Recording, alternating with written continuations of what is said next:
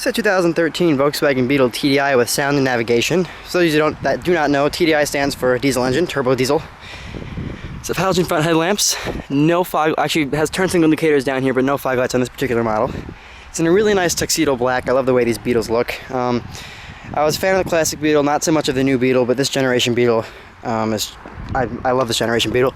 Rides on 215/55 R17, so these are 17-inch aluminum alloy rims, just painted silver. Disc brakes all around though. Just have turn signal indicators in the mirrors. Nice little chrome inlay down here by the doors and rocker panels.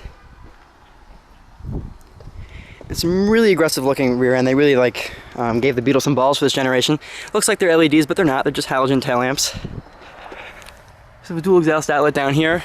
Your TDI badging, signifying that this is a turbo diesel. You get a little rear wing. And because this is a convertible, it does have kind of a cloth top. So that's pretty cool.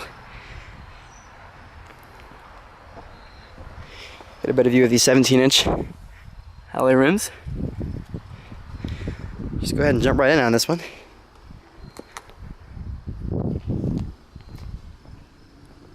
This is a fairly loaded diesel. Does not have keyless entry though, or smart key. Upon pulling this handle, the window does slide down.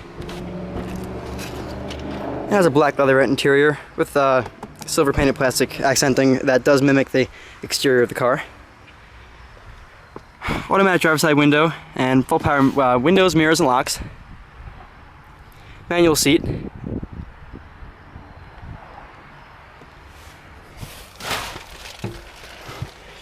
Get your tachometer, speedometer, your gauges, or just your gauges basically. Leather-wrapped steering wheel. It's kind of a thin rim and it's a pretty small wheel. This is a small car, but look at the amount of room I have with the seat all the way back. It feels really roomy in here, despite the fact that, like I said, this is a Beetle. This is your navigation system, or sound system. I don't think it's a nav. It is a nav. Duh. You get your gauges. I really like how they do this. They show you your turbo gauge, a turbo boost, oil temperature, all that good stuff. This is all just hard plastic, but the fit and finish is done really well.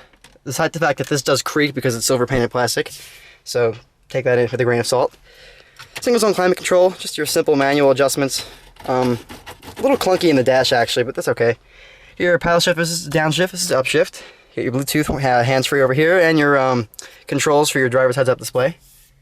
Manually dimming rearview mirror. Power lock controls, power mirrors, power windows. Leatherette padded armrest, which is actually pretty comfortable when you lean on it.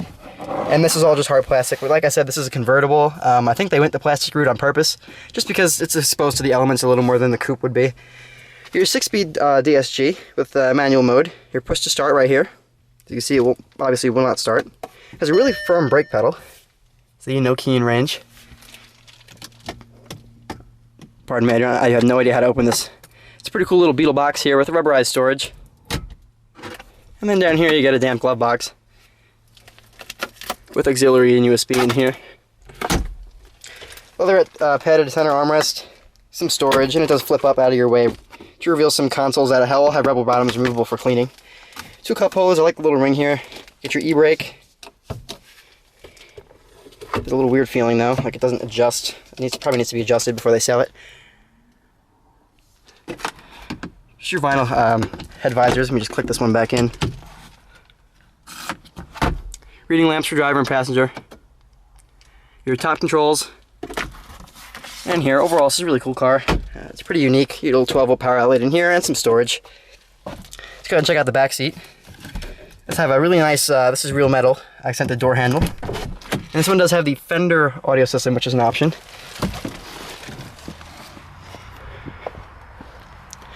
Accessing the rear seat's pretty easy. I believe you just pull this lever somehow. Actually, hold on. Let me just figure this out. Hey, I'm back. I figured it out. Pull this little latch right here, and the whole seat will slide up. Just take a little bit of effort.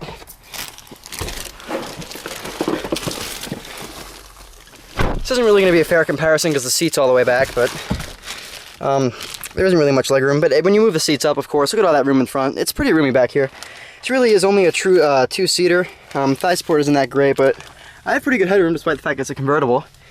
And the leatherette does feel a little odd in the Beetle, I did notice, compared to an MK5 Jetta, but it's very durable in the way it's laid out. It's a better view of the interior right there. And you have little rear tweeters. This is all hard plastic, of course, but Fender audio system probably sounds great. And believe it or not, these seats do fold. I believe they are 60-60 or something like that, because they're not 60-40.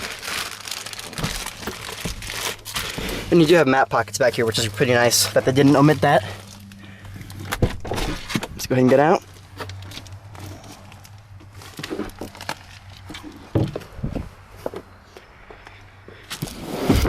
See, there is some effort involved.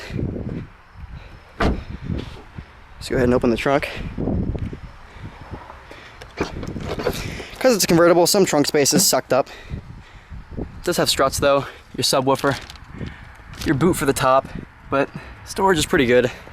Obviously you're not going to be buying this car to be hauling anything across country or any of that. Very solid closing trunk too.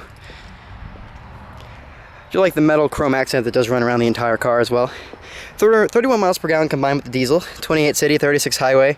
Total MPG for this car completely loaded is 31,000, so it really isn't going to break your budget that much. Has a 2-liter, 140 horsepower, 4-cylinder turbo diesel, clean diesel engine. That's kind of a mouthful, I know. It's a better view of the passenger side. As I mentioned before, the glove box is damped. Feels pretty nice. I like that it's all hard materials, but I just like the way it's put together. It's pretty solid.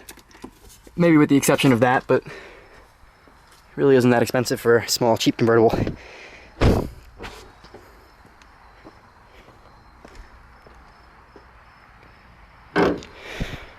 It's a pretty heavy hood, but under here is a 2-liter turbocharged 4-cylinder diesel motor and 6-speed DSG. It's a pretty nice looking engine bay. Pretty common engine used throughout a lot of Volkswagens. Has a hood liner. And it is a very nicely finished engine bay. Pretty impressive. Guys, I hope you enjoyed this full tour on this 2013 Volkswagen Beetle TDI with nav. As usual, if you have any questions, please leave them below. And thanks for watching.